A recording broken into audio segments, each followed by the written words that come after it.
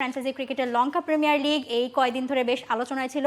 Tiger ক্রিকেটারদের জন্য 32টা নাম ছিল বাংলাদেশ থেকে, সেখান থেকে 5 জন আসলে ইনক্লুডেড। লঙ্কান প্রিমিয়ার লিগ আমরা দেখতে পাচ্ছি সাকিব আল হাসান এবং তাসকিন আহমেদ সরাসরি যারা যুক্ত হয়েছিলেন জাফনা কিংসে, এরপর লিটন দাসকেও সরাসরি নেওয়া হয়েছিল গল টাইটান্সে।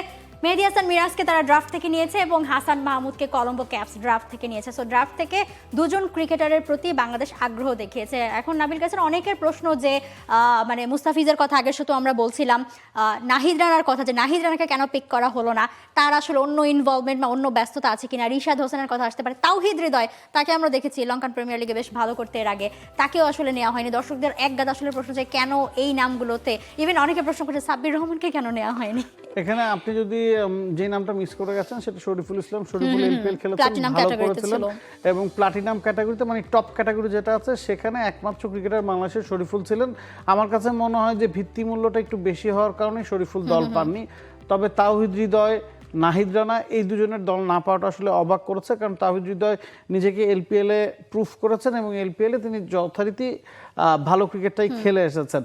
তো তার সুযোগ না পাওয়াটা একটু আনলাকি। এবং ডিপিএলে কিন্তু দুর্দান্ত ফর্মে আছেন।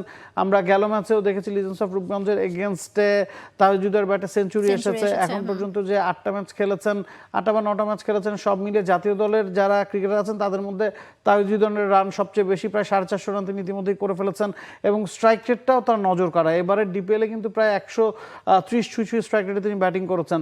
তো তার সুযোগ না পাওয়াটা অবশ্যই একটু বিস্ময়কর এবং একই সাথে শরীফুলের সুযোগ না পাওয়াটা আমার কাছে মনে হয়েছে একটু অবাক করেছে। তবে শরীফুলেরটার কারণ হতে পারে যে তার ভিত্তিমূল্যটা বেশি ছিল। এছাড়া আপনি যে নাম বলছেন রিশাদ হোসেন বা মুস্তাফিজুর রহমান, তাদের কিন্তু অন্য কমিটমেন্ট আছেন। এখন রিশাদের কথা যদি আপনি বলেন, রিশাদের খানিকটা বিশ্রাম প্রয়োজন। তিনি মনে করছেন যে বিগ ব্যাশ খেলেছেন, পিএসএল খেলেছেন, জাতীয় দলের হয়ে 2টা ফরম্যাটে তিনি রেগুলার খেলছেন, তার একটু বিশ্রাম দরকার। এখন আবার শোনা যাচ্ছে যে সানরাইজার্স ইস্টার্ন কেপ যারা ব্যাক টু ব্যাক দুবারের চ্যাম্পিয়ন এসএ টি20, তার সাথে একটা কথাবার্তা রিশাদের কিন্তু চলছে। তো ওই জায়গায় তিনি একটা সুযোগ পেতে পারেন। এছাড়া বিগ ব্যাশে তিনি রেগুলার খেলেছেন, বিগ ব্যাশে পারফর্ম করেছেন, ঘরোয়া ক্রিকেটেও তিনি ভালো পারফরমেন্স করেছেন, মোহামেডানের হয়ে এবারের ডিপিএলটা খেলছেন। মুস্তাফিজের কথা যদি বলেন, মুস্তাফিজ 100-এ সুযোগ পেয়েছেন। মুস্তাফিজ 100-এ বার্মিংহাম ফিনিক্সের হয়ে মাঠ মাতাবেন এবং সে কারণেই এলপিএলের নিলামে তার নাম ছিল না। রিশাদ নিজেকে সরিয়ে নিয়েছেন কারণ তিনি জানেন যে বিশ্রাম নিলেও ভালো, যদি এসএ টি20 খেলা যায় সেখান থেকে আপনার শেখার অনেক কিছু আছে। শ্রীলঙ্কান কন্ডিশনের যে আপনি যদি সাউথ আফ্রিকার কন্ডিশন গিয়ে টি20 খেলেন সেটা আপনার জন্য বেটার হবে। আবার আছে না, রিশাদ যেহেতু এখন অন্যান্য বড় লিগগুলোতে সুযোগ পাচ্ছেন, এলপিএলটা হয়তো অ্যাভয়েড করে যাওয়ার চেষ্টা করেছেন। এছাড়া হাসান মাহমুদের জন্য যে সুখবর যে তিনি একই সাথে এলপিএলে দল পেলেন এবং তার ক্যাটাগরিটাই সবচেয়ে নিচের দিকে ছিল, সে কারণেই হয়তো দলটা পেয়েছেন যে তার পেছনে হয়তো খুব বেশি টাকা খরচ করতে হচ্ছে না।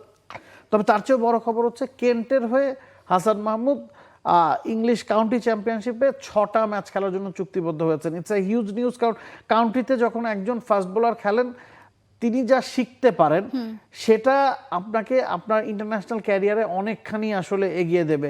কেন্টের হয়ে তিনি প্রথমে গিয়ে 2টা ম্যাচ খেলবেন, এরপর ফিরে এসে জাতীয় দলের পারফর্ম শেষে আবার গিয়ে 4টা ম্যাচ খেলবেন। 6টা match huge deal for Hasan Mahmud. একদমই তাই।